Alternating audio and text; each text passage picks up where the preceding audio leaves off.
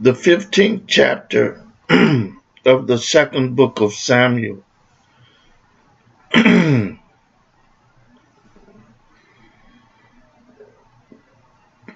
And it came to pass after this that Absalom prepared him chariots and horses and 50 men to run before him. And Absalom rose up early and stood beside the way of the gate. And it was so that when any man that had a controversy came to the king for judgment, then Absalom called unto him and said, Of what city art thou? And he said, Thy servant is one of the tribes of Israel. And Absalom said unto him, See thou, matters are good and right, but there is no man deputed of the king to hear thee. Absalom said moreover, O that I were made judge in the land, that every man which had any suit or cause might come unto me, and I would do him justice. And it was so that when any man came nigh to him to do him obeisance, he put forth his hand and took him and kissed him. And on this manner did Absalom to all Israel that came to the king for judgment. So Absalom stole the hearts of the men of Israel. And it came to pass after 40 years that Absalom said unto the king, I pray thee, let me go and pay my vows, which I have vowed unto the Lord in Hebron. For thy servant vowed a vow while I abode in Geshur in Syria, saying, If the Lord shall bring me again indeed to Jerusalem, then I will serve the Lord. And the king said unto him, Go in peace. So he arose and went to Hebron. But Absalom sent spies throughout all the tribes of Israel, saying, As soon as ye hear the sound of the trumpet, then ye shall say, Absalom reigneth in Hebron. And with Absalom went 200 men out of Jerusalem that were called, and they went in their simplicity, and they knew not anything. And Absalom sent for Ahithophel,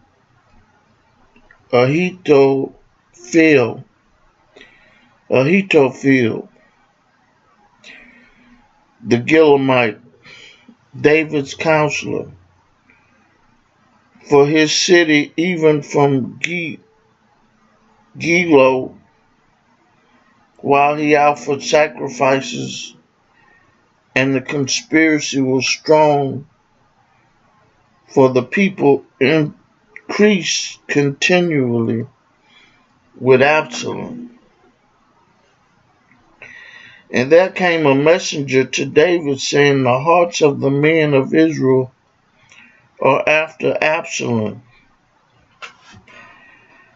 And David said unto his servant that were with him at Jerusalem, Arise and let us flee, for we shall not else escape from Absalom. Make speed to depart, lest he overtake us suddenly and bring evil upon us,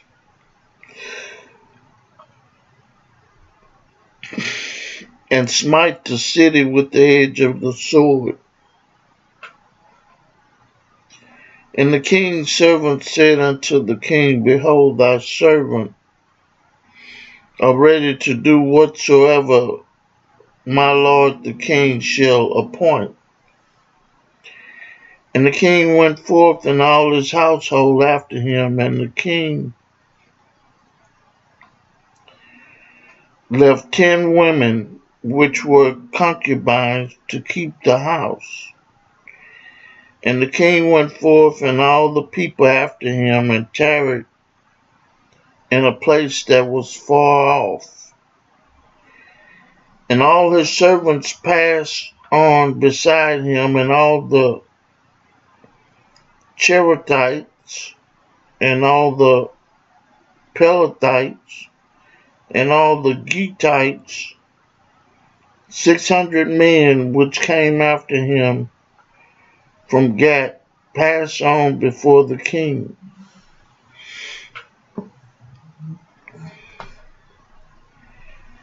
Then said the king to Ittai the Gittite, Wherefore goest thou also with us? Return to thy place and abide with the king, for thou art a stranger and also an exile. Whereas thou camest but yesterday, should I this day make thee go up and down with us? Seeing I go whither I may, return thou and take back thy brethren.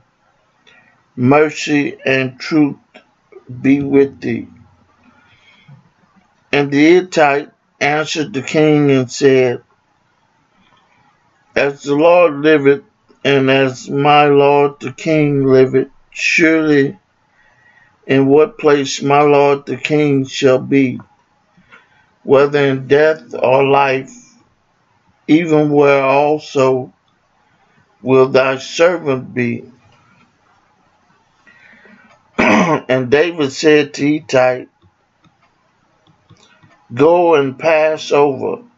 And Hittite, the Gittite, passed over, and all his men, and all the little ones that were with him.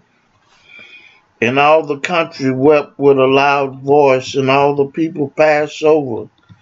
The king also himself passed over the brook Kidron,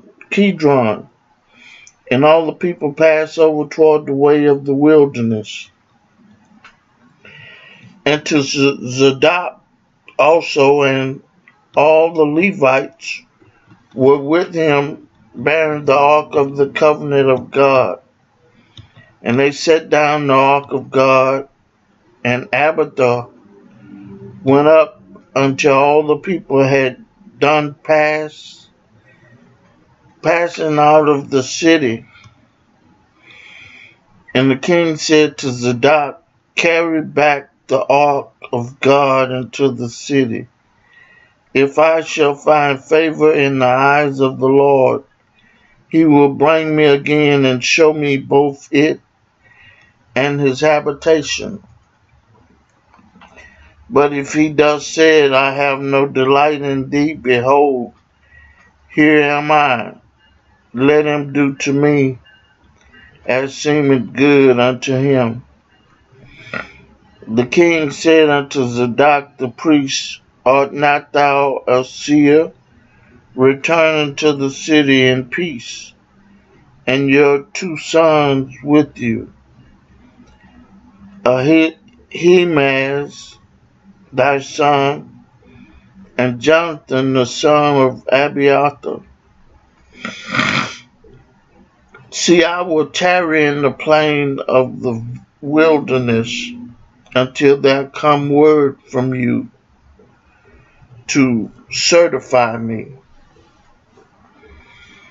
Zadok therefore and Abiathar carried the ark of God again to Jerusalem, and they tarried there. And David went up by the ascent of Mount Olivet, and wept as he went up, and he had his head covered, and he went barefoot. And all the people that was with him covered every man his head, and they went up weeping as they went up. And one told David, saying, Ahithophel is among the conspirators with Absalom and David. O Lord, I pray thee, turn the counsel of Ahithophel into foolishness. And it came to pass that when David was come to the top of the mount where he worshipped God, behold, Hushai the Archite came to meet him with his coat rent and earth upon his head. Unto whom David said, If thou passest on with me, then thou shalt be a burden unto me. But if thou return to the city and say unto Absalom, I will be thy servant, O king, as I have been thy father's servant hitherto, so will I now also be thy servant. Then mayest thou for me defeat the counsel of Ahithophel. And hast thou not there with thee Zadok and Abiathar the priest? Therefore it shall be that what things soever thou shalt hear out of the king's house, thou shalt tell it to Zadok and Abiathar the priests. Behold, they have here with them their two sons, Ahimaaz, Zadok's son, and Jonathan, Abiathar's son. And by them ye shall send unto me everything that ye can bear.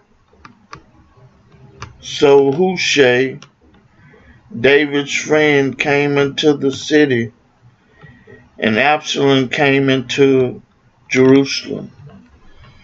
I read for you the 15th chapter of the second book of Samuel. May God add a blessing to the hearers and the doers of his word also.